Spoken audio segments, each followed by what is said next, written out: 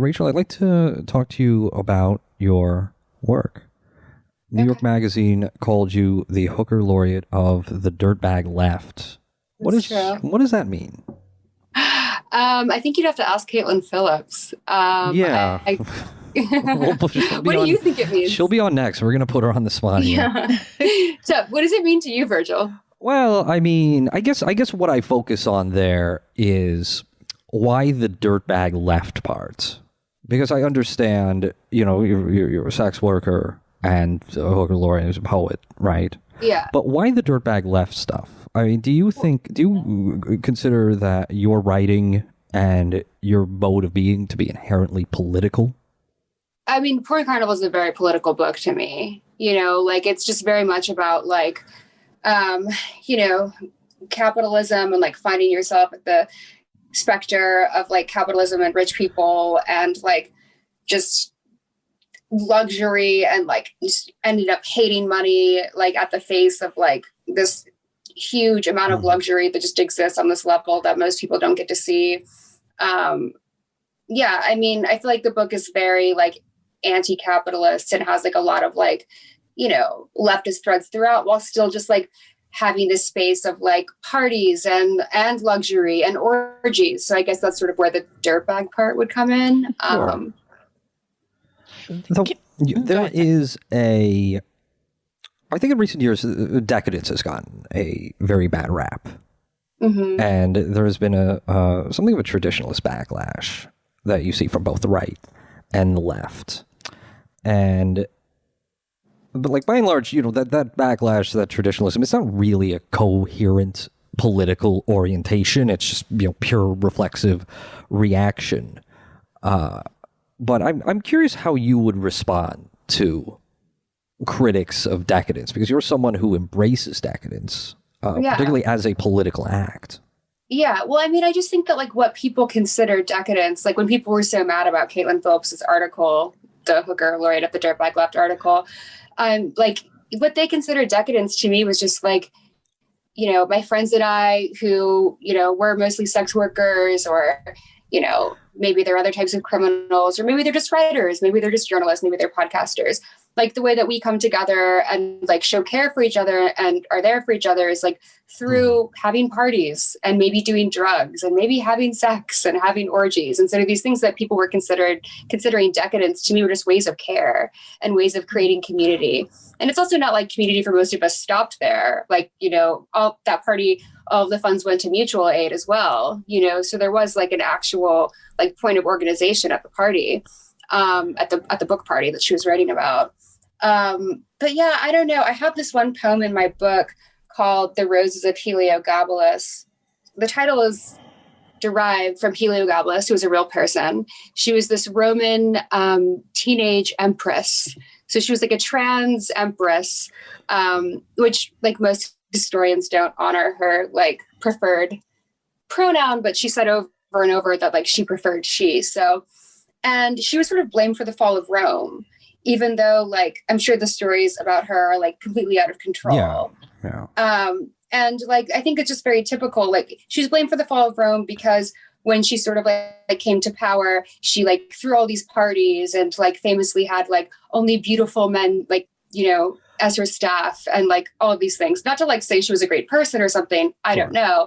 But the stories that circulated around her, things she threw an orgy that was so decadent that rose petals fell from the ceiling. And so many of them fell that they crushed the guests and the guests died. They were suffocated by rose petals. Yeah. I just feel it's this fear, that conservatives have around decadence and queerness and us not making the right decisions towards things that are going to please capital. Yeah, it's this idea that our systemic problems boil down to the hedonism of a small number of people, as opposed to, that's as opposed to a more complex dialectical interpretation. Mm-hmm. And that is, there is a moralism, and it is on the left, certainly. There is a certain kind of, I think, Anhedonia that a lot of people have, that they've elevated their unhappiness and their aversion to pleasure and aversion to desire to the level of being a totemic political theory as the centerpiece of their politics. And a lot of those people were, they were critical of you, right? Yeah. I think people are scared of their desires. It's like, who knows what they were imagining was happening at that party? You know what I mean? When really it was just like our friends being silly, having fun, maybe doing some drugs, maybe hooking up with each other. But it's like people really don't like when their fantasies get away from them, and they'll do anything to control their fantasies. And you see this this is like what conservatives do all the time with their fear of like so many things. Well, something I've noticed from your writing and from your interviews is I think you deliberately leave those gaps there, knowing that it will instigate the imagination of observers. Do I? I think so. I think so. I think I'm just vibing. I think you are just vibing. I think I'm literally just vibing. This is something that Nathan Robinson, who we had on last week, the founder of Current Affairs magazine, has written about this, and this idea that, especially on the left, that there's this feeling that to be a leftist, to be a socialist, you have to be really aesthetic in your worldview. You can't like nice clothes.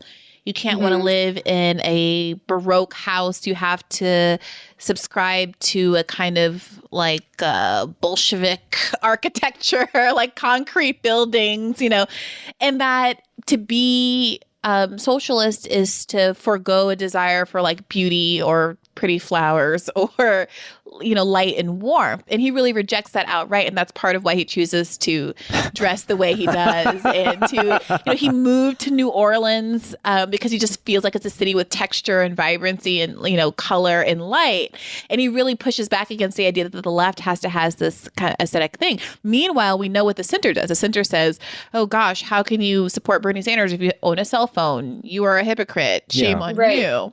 And sometimes I think the left falls for that and feels like it has to conform to whatever weird abstraction of what it means to be aesthetically left there is. And so people like you have a book of, poetry that's injected with these themes that has rhinestones, on the cover, really challenges that. Yeah, I mean, it's just so silly to me, like when, because they're all aesthetic choices, whether you're like wearing your okay, the sweater vest and shoes that are okayed by the other people, like at like Verso or something, no matter what, these people are still making aesthetic choices. And the left deserves beauty too, like that's the thing. And and poetry and beauty and parties, to me, these are the things that really unite people, Yeah.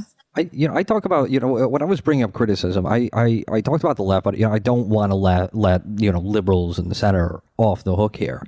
Because I think there's a parallel to their revulsion to satire, their revulsion to comedy, and their demands that you be very, very literal. And if you go out of line, you'll be punished. And, sometimes that's called cancel culture. But the center loves comedy. Did you not see the bit where they had the fly on Mike Pence's head? Okay, but you compare, say, a monster like Pete Buttigieg to a character in a Pasolini film, and suddenly you're the bad guy.